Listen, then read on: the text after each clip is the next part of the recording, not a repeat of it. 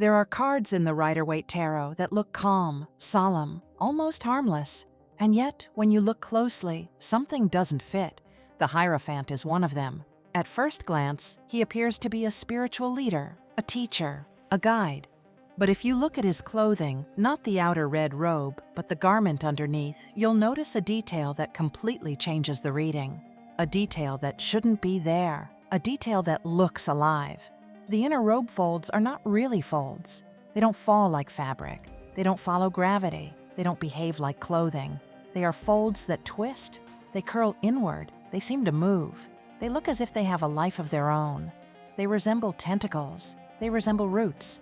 They resemble appendages. They resemble something organic.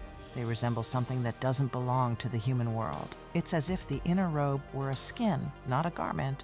As if beneath the spiritual master, there were another nature, entirely something trying to hide under the perfectly smooth red robe. The Hierophant's outer robe is red, wide, solemn, and completely without folds.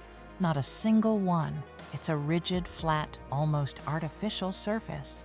Like a costume, like a layer designed to conceal what lies beneath. Like a textile mask, covering the true shape of the body. The red robe doesn't dress him, it covers him.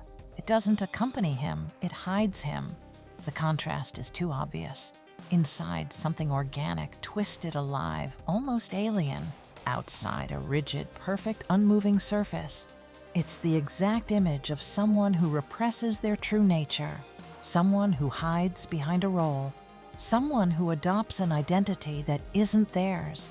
Someone who disguises themselves as a spiritual authority. Someone who controls what they show and what they don't. Someone who fears that their inner self will be seen. The Hierophant is not just a teacher. He is a character performing a role, and his clothing betrays him. The inner robe, the tentacle-like folds, represents instinctive nature, what is repressed and what doesn't fit the structure. It represents what wants to move, but is contained, the human visceral, imperfect part. It's what the Hierophant does not want to show. The outer robe, the perfect surface, represents social role, authority, doctrine, public image, and spiritual mask.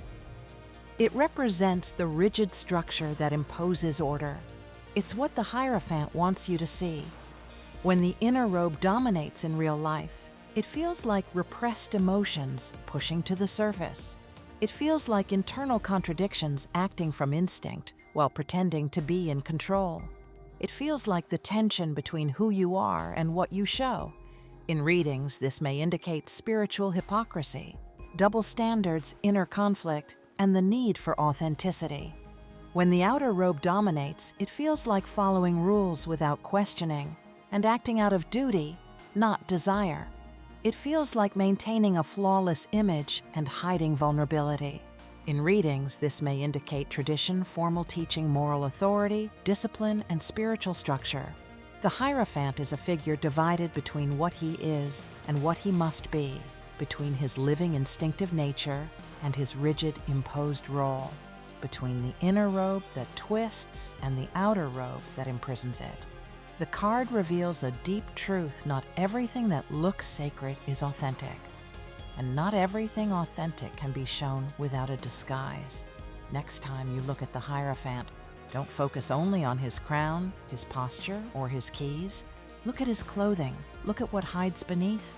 Look at the tension between the living and the rigid. There lies the true mystery of this card.